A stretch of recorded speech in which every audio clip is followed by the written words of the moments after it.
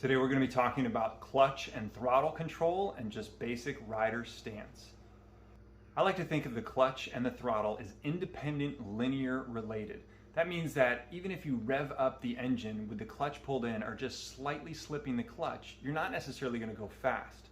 So to give you an example of this, I like to use percentages. If we think about the clutch as percents, I can pull it all the way in at 0. I'm not using the clutch at all, and I can slowly let it out and I'm starting to slip the clutch. This would be at about 25%, like a quarter or even a half, 3/4, and then fully engaged would be 100%. And then on the opposite side, you got the throttle. So you can just barely crack that throttle open, maybe to 1/3, maybe half, 2/3, full throttle. We can use each of those in order to modulate how fast we're going, as well as how much engine inertia we're going to be building before an obstacle or before a hill. So for a beginner, we are going to be working on just basic clutch slip, just barely giving it enough gas in order not to stall the engine. So as we're letting out that clutch, we're going to be giving it just enough gas in order to smoothly ride forward. We're aiming for control and just learning to feel the engine. Learning to feel what happens if you don't give it enough gas and it chokes out. You want to become one with your bike and understand when it's potentially going to choke out or when you're giving it too much RPM, and if you let the clutch out all the way, it could be too much speed.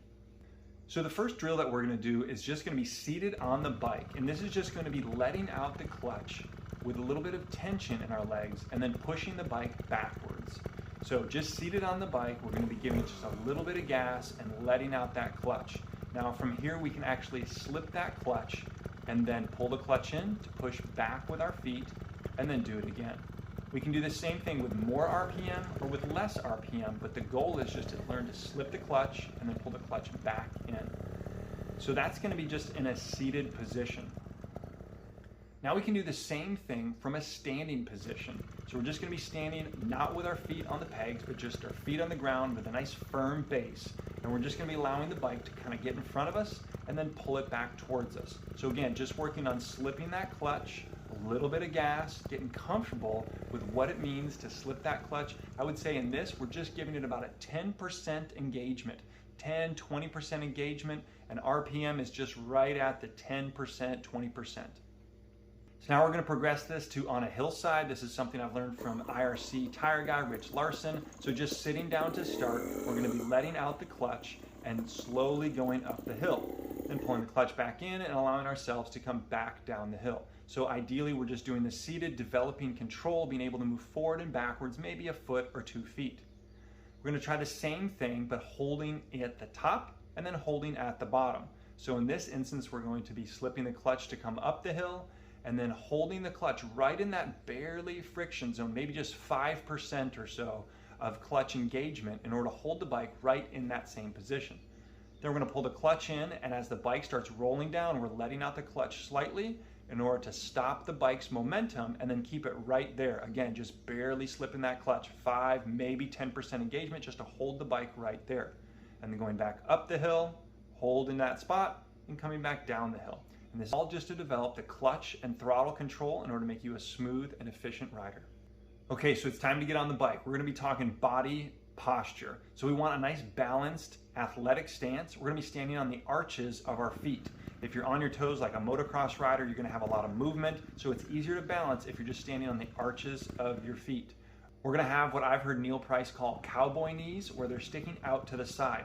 Way different than motocross where you're pinching that gas tank. We want to keep our knees out to the side so the bike can move underneath you, especially as you're leaning from one side to the other, or rather the bike is leaning from one side to the other. We want light weight on our hands. So we're going to be light on the grips. We're not going to be holding on firmly. We're just going to be light on the grips, which is going to put more weight on the pegs, which is the proper stance. You're not necessarily going to be leaning back, but you are going to be bent in the knees, ready to move, to adjust to the ground underneath you. So I'm sure you guys have ridden your bike all around, but we're going to try and find a slight hillside, and at a slow speed, we're going to be using low to medium RPM, and ideally keeping the speed consistent, we're going to be varying the amount of throttle that we're giving. So this is going to require a clutch slip, so giving the clutch just enough, maybe 20% engagement, 30% engagement to keep going smoothly up the hill, but the goal is going to be to hold the RPM higher, to hold the RPM lower, hold the RPM medium and lower and keep the same speed as you're going up the hill. So now we're going to do that drill slightly different. Still going up the hill, we're going to try and keep the RPM at a medium pace, maybe 30%.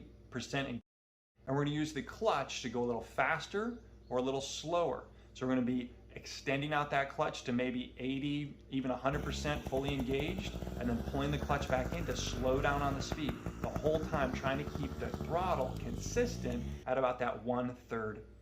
All right, Jan Peters from Jitsi, I love his stuff. He always says, get the feel for the suspension in his nice German accent. But the idea is that as you're out on the bike, you want to be able to jump up and down and feel how the bike is going to absorb the different terrain that's underneath you. Now, I would caution you to make sure you're not having your toe covering the brake pedal, but just off to the side in case you get a little carried away. We don't want to be stopping the bike suddenly, which I've done and gone almost completely over the bars, which was super embarrassing.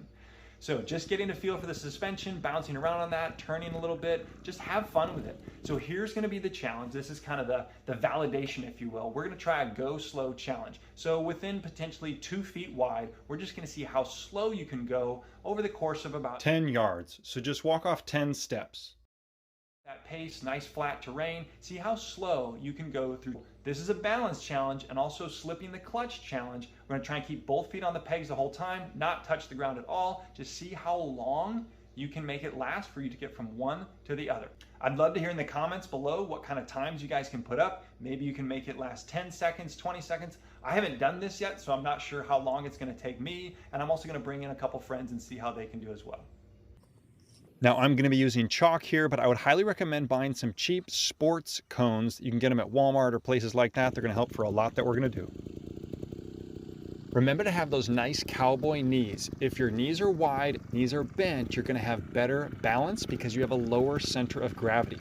Another great help is to look up. Don't be looking straight down at your front wheel, but off into the horizon will help with your balance. This took me about 20 seconds to go 10 steps, which is about what I expect, if not longer.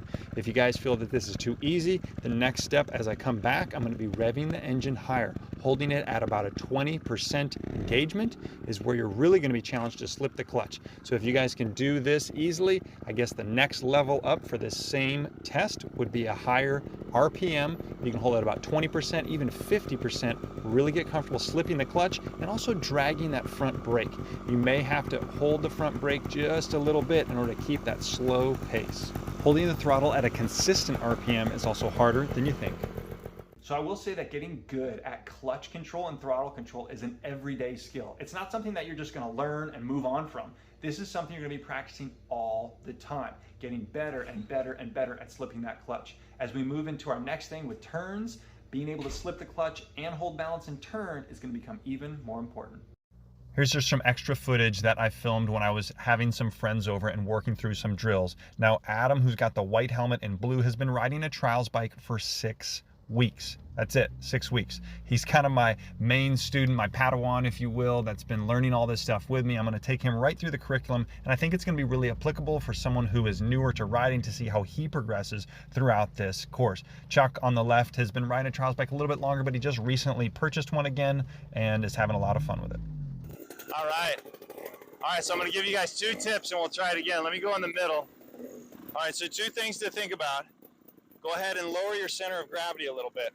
So sit down so your hands are light and your weight's on your pegs. So a little bit of knee bend. The other thing is look up more. Instead of looking straight down, look up so you got the horizon. It's going to help your balance because this drill is more about balance than it is about clutch work, but same thing. Let's see how we go. Ready? Go. So just for reference, I think the longest any of us went was about 35, 37 seconds. Somewhere in there was the winner. And if you guys are trying to decide how long it's taking you to ride, easiest thing to do is to film yourself. You're going to get a ton of feedback if you guys actually film yourself and analyze that footage. You can get a cheap tripod just about anywhere and any smartphone will do. You'll be able to timestamp and see how long, or you can ask someone else to use a timer and actually time you. All right, this time we're going to try and rev the engine to about 20 to 30% the whole time. Oh, we got the rain coming. I don't think I'm going to finish. I'm going to go get my camera.